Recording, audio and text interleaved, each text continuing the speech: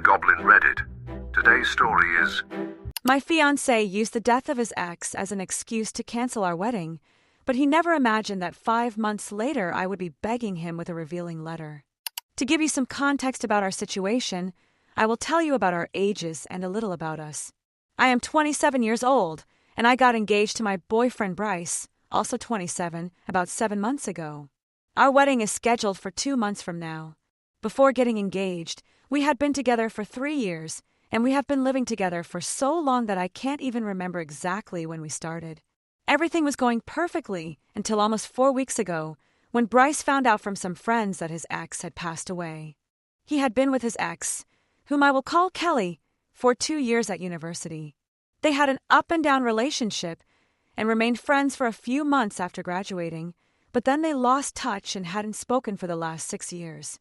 I can understand that he was affected, and I tried to be as understanding as possible, but 3 days ago he told me he wanted to cancel our wedding. In the weeks after he found out about Kelly's death, he had been a bit distant, but I thought he was having problems at work. When I asked him, he didn't want to talk, so I respected his silence. I also assumed that he was a bit sad about his ex, because even if she is an ex, no one wishes someone dead, especially when they ended on good terms. So I tried to be as understanding as possible as his fiancé, but he kept closing himself off emotionally. I decided to give him his space, and that seemed to work for a while, so I thought he was improving. But then he told me his decision. I asked him why he wanted to cancel our wedding, and he replied that apparently he had had some kind of revelation after finding out about Kelly, and he realized that he wanted to be single for a while. The situation got pretty out of hand after that, because when he only mentioned that he wanted to cancel the wedding, I was willing to talk to him and solve the problem. Communication is essential in a relationship, but as soon as he mentioned that he felt he needed to be single for a while, I lost my temper. I had already tried to be patient with him, but this seemed like a complete lack of respect. It was clear that something was going on that he wasn't telling me, and I was tired of waiting for him to open up and be honest with me. So, in the middle of our heated argument, I decided to take off my engagement ring and threw it at him. I told him that if that was what he really wanted, he could stay single forever because I was done with him. He felt quite offended and upset. I don't understand why, since I gave him exactly what he was looking for. He packed some of his things and left. Since then, I have not had direct contact with him, but I have spoken to his parents, who believe that I should have tried to talk more about the situation. According to them, their son may be stubborn for canceling the wedding, but maybe he was going through a difficult time, and that returning the ring wasn't helping at all. They have said that I am insensitive because he has just lost someone close to him, and this was his way of processing the grief, and he is obviously in shock. That's why he makes these decisions. They think I should have been more patient, waited a few days for him to come around, and they're not happy with me. They want me to apologize for my behavior. Honestly, I don't agree with them. I think he deserved my reaction. So, am I the bad guy for breaking up with my fiancé while he was grieving the death of his ex-girlfriend? Addition. I realized that I forgot to mention many important details in my original post because I was in a hurry. First of all, Kelly's death was not unexpected. Bryce contacted her parents after he found out, and we discovered that she passed away in her sleep. She had been ill for some time. She was diagnosed with leukemia 2 years ago, but only her close friends and family knew about her condition. Since she and Bryce barely spoke after their breakup, he didn't know anything either. That's how close they were. They hadn't even had contact in years. So I can understand why he's affected by her death, but from what I know, I can't imagine why he would cancel our wedding because of it. And of course, it's not only humiliating, but also financially worrying because everything is already paid for. The wedding is only 2 months away, for God's sake. When we talked about him wanting to be single, I also mentioned this aspect to him.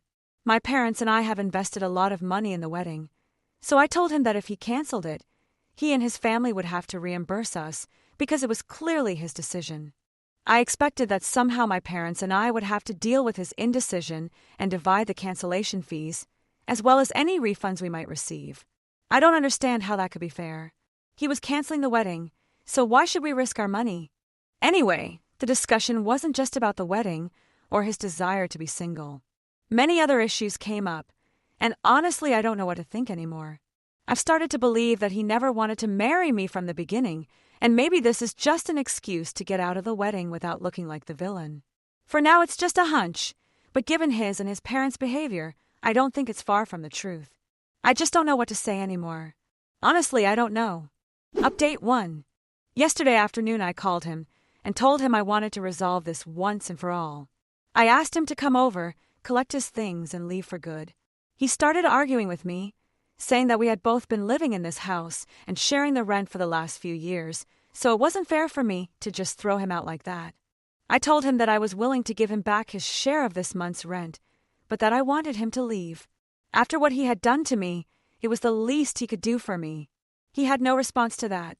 A couple of hours later, he arrived. He brought a van, probably borrowed from a friend, and started packing his things in a very aggressive manner. He was making a lot of noise, and the whole time he was here, he wouldn't stop grumbling. He was obviously very upset with me, but honestly I didn't care, because after what he did, I didn't think he had the right to be angry with me. If I'm honest, I get the impression that he was more upset about losing the house than about losing our relationship. After having spent so many years with him, living together and making sure he was happy with me, if this is what I get from him, I'm really glad I didn't get married. I can't imagine anyone being more upset about losing their place to move in with their parents than about having their wedding canceled. Although, then again, he was the one who canceled it, so I guess expecting him to show some kind of regret or remorse was too much to ask. Anyway, after a while, when he finished packing, he started to move things to the van. Even then, he was still muttering all the time. After a while, he started to make me nervous, so I told him I would appreciate it if he would stop because I was trying to watch something on TV and it was bothering me. That was my big mistake because he took that opportunity to start arguing with me right then and there. He started telling me that, as I hadn't yet written him a check returning his share of the rent, the house was still his too, and he could do what he wanted with it. Naturally, I got quite angry, got up, wrote the check immediately and gave it to him. Then I told him he needed to leave immediately because I was finished with him. I'd had enough of his complaints, his anger, everything. But then he decided to tear the check to pieces in front of me and throw them in my face. He told me he had changed his mind and wasn't going anywhere. This house was his too, and I had no right to throw him out like that. At that moment, I finally lost my temper. Until then, I had tried to stay calm because I thought the sooner he left, the better it would be for both of us. But he had been provoking me since he arrived, trying to make me explode. And he succeeded. I started shouting at him, telling him that he needed to leave or I would call the police, and I wasn't joking. He started calling me crazy and told me that this was exactly why he wouldn't marry me anymore, because clearly I wasn't right in the head and there was something deeply wrong with me that I needed to fix. He started making excuses, saying them right to my face, claiming that I had forced him to commit to me and start planning the wedding, when he wasn't even ready for that. Just to clarify, that was not what happened at all. A couple of weeks before we got engaged, I had only mentioned the idea of getting married. Like any couple who have been together for a while and at my age, I don't think that was surprising. Of course, I wanted to get married. I wanted to start a family, and I had been with him for a while, so I also wanted to know where he stood on the matter. That was all that happened. I never told him that I wanted him to propose to me right away or that I wanted to get married in a year or something like that. I never gave him an ultimatum, so I don't really understand what he was talking about when he said I had forced him. I guess they were more excuses for him to come across as the good guy and me as the bad one. Naturally, when I confronted him about his lies, he started telling me that I was manipulating him. I don't even know where to start with that, because clearly he was trying to manipulate me. Anyway, the argument went back and forth for a few minutes until I simply got tired and told him that if he wasn't willing to leave, then I would. By the end of the day, I didn't care about any of this anymore. All I cared about now was getting away from him, because it was clear that all the love we had had during our time together had obviously already disappeared, and now he was just trying to wear me down. I had promised myself that I wouldn't cry in front of him because it would make me look weak, and I didn't want that. But things got really difficult for me, and I couldn't help myself. So I just broke down in tears and started sobbing as I sat down on the sofa. If you think that at least then I would show some empathy or compassion, you are wrong. Even at that moment, he was unable to behave like a human being. Even when I was crying on the sofa, Instead of comforting me, he started muttering about how he didn't want to see me cry and he didn't intend to make me break down like that. But, in the end, it was also my fault according to him, because there was no reason for me to have started a fight with him like that when he was already leaving.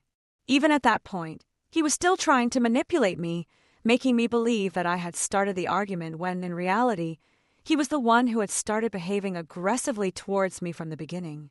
By that point, I literally didn't have the strength to keep arguing. But I kept crying because the situation was already hopeless, and I cried because this wasn't the person I had known for so many years. This wasn't the man I fell in love with, and it definitely wasn't the kind of man I was planning to marry.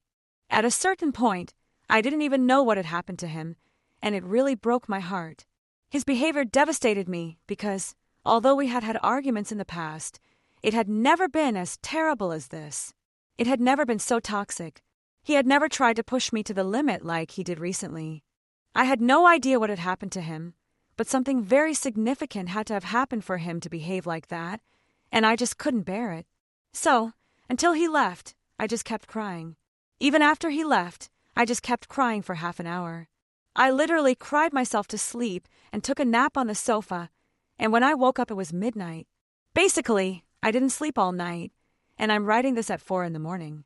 When he was leaving, he didn't mumble anything. He just left in silence. He didn't try to console me or anything like that, and he didn't say goodbye either. Even when he left, he just closed the door and left. Do I feel bad about all this? Yes, of course I do. I don't think I can help it. Despite what happened before, it's not as if I can just forget that this was the man I was planning to marry. I could say that maybe he really had some kind of revelation after finding out about Kelly's death, but in reality, I think he just used it as an excuse to hide the fact that he no longer wanted to get married himself. I had been thinking this way for a few days already. He had mentioned it before too, but today, I think I'm pretty sure that's exactly what happened. Why else can't I find a logical or rational explanation for his behavior? The things he accused me of were clearly just projections of his own. I thought I forced him to commit to me, but he did it voluntarily. And now, he can't accept the fact that he ruined everything himself. He's trying to present me as the villain, but obviously that's not going to work because I remember perfectly how things happened, and I'm not going to let him manipulate me into believing that I'm to blame. It just hurts that we were together for so long, and he couldn't even be honest with me. If he didn't want to get married, if he didn't feel ready for it, he could have said so. Would it have hurt? Yes, of course, but at least it would have been the truth. But now I know that he didn't love me enough to be honest and transparent with me. For him, it was more important to come across as a good guy in this situation than to be honest with the woman he claims to love. So not only is he lying to me, he's also lying to himself, and it's all very sad. I don't know what to think anymore. I'm simply more disappointed in him than I can express in words. All I can say is that I'm glad the wedding has been canceled, because I don't think he would have been happy with me, and I wasn't going to be happy being with him if things were like that. Update 2. It's been a couple of weeks since my last update. Bryce, his parents, and my parents have started the process of canceling everything related to the wedding. My parents have been very understanding and not getting angry with me about all this, and since Bryce and his parents don't want to talk to me, they haven't contacted me about it either. Obviously, I'm going through a lot, and the last 2 weeks have been a real mental struggle for me. All I've done is go to work and come home, and although I keep myself together a bit more at work, it's only because I have to. But at home, I can't help but completely fall apart. It's clearly not healthy, so I've started actively trying to avoid thinking about Bryce or anything related to him. I've put away every little detail that reminded me of him just because I didn't want to keep thinking about him anymore. I don't know if this is healthy or not, but it's the only way I can cope right now. I'm not ready for therapy, and I really don't have time for it either, so I'm not considering it for now. I also archived our conversations. It hurt more than having to break up with him, but I had to do it. I also deleted all our photos together from my phone, but they are still stored in the cloud. I don't think I'm ready to delete them permanently for a while, so I'll leave them there, but I'll try to stay away from them. In addition to that, I've also made a lot of other changes to my lifestyle. I've been trying to go to the gym to clear my mind.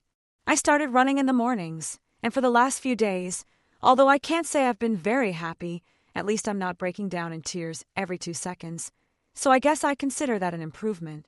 We haven't made any official announcement yet.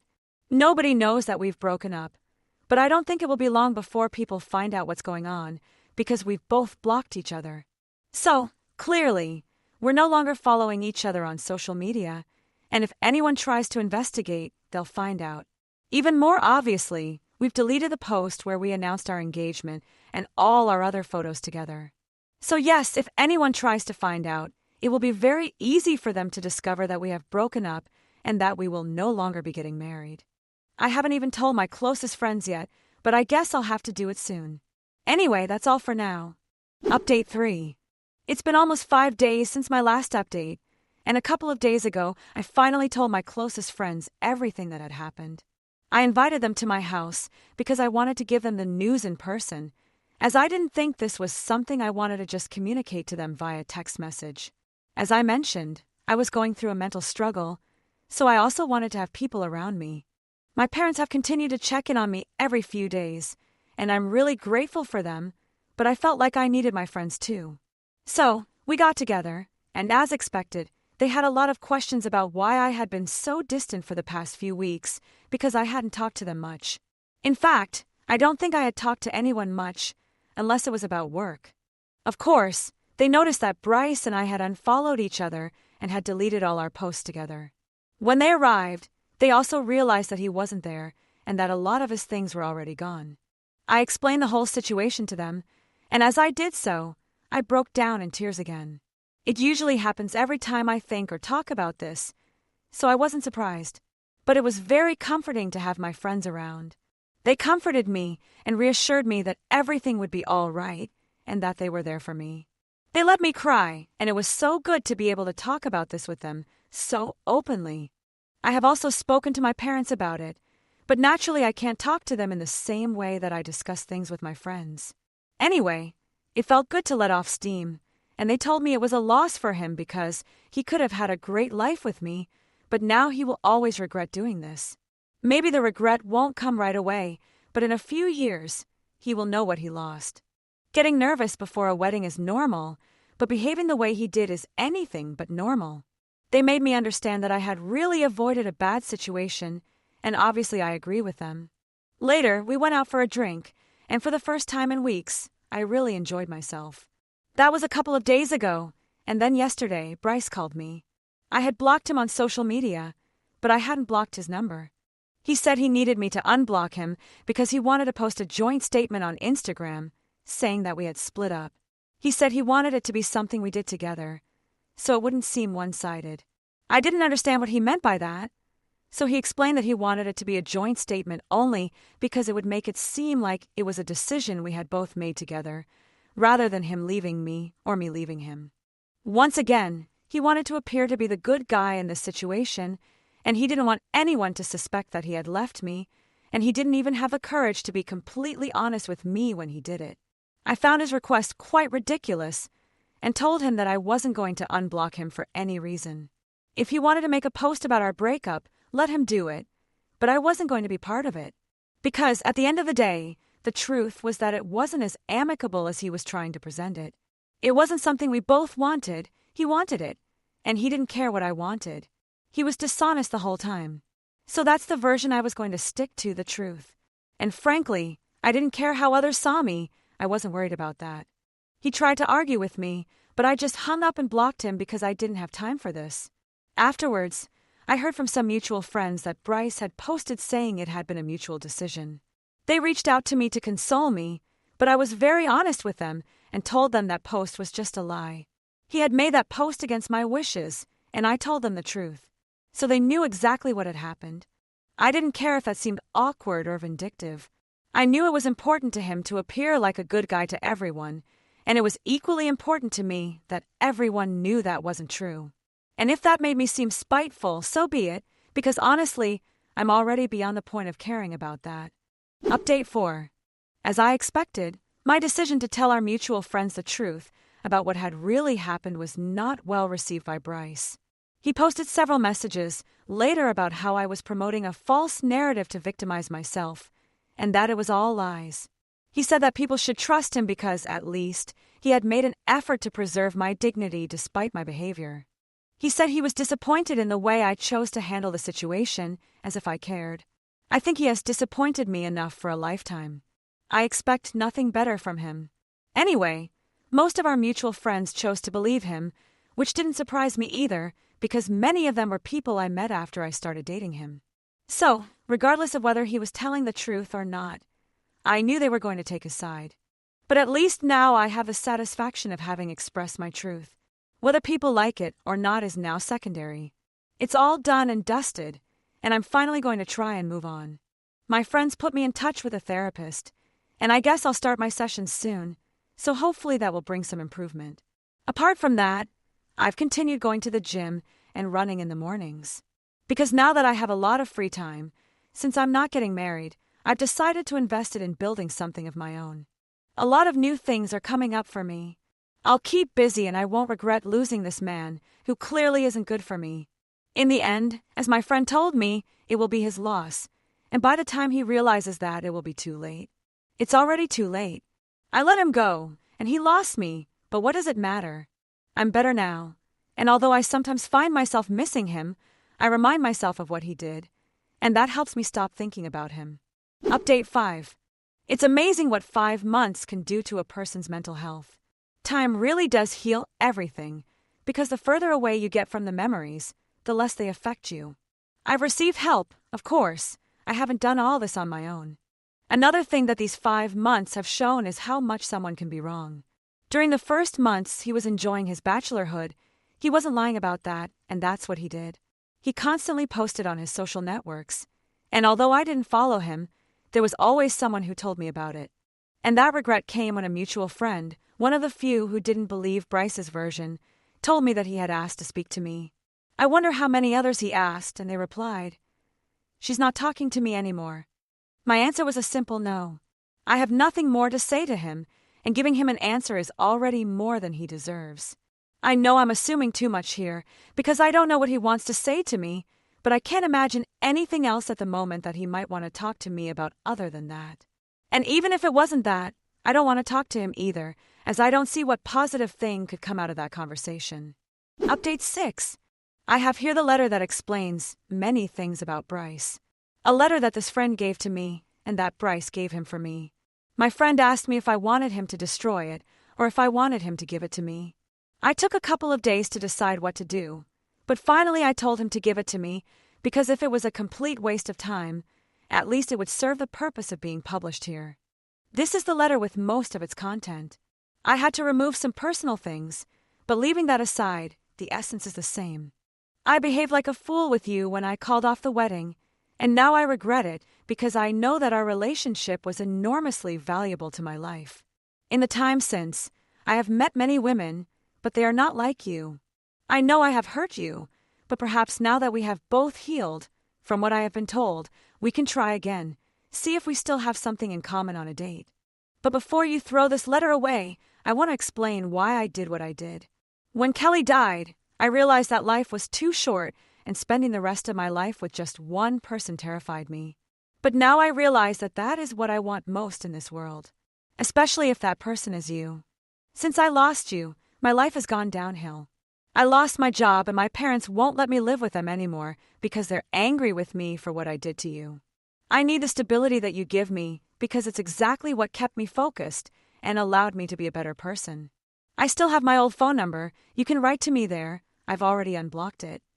That was the letter, but there's a lot to read between the lines, along with the things I've been able to find out about him. Firstly, when he says he's been with other women, what he really means is that he's slept with several women, but that no longer satisfies him and he wants to get back with me. Why would I want a man who's been with so many women?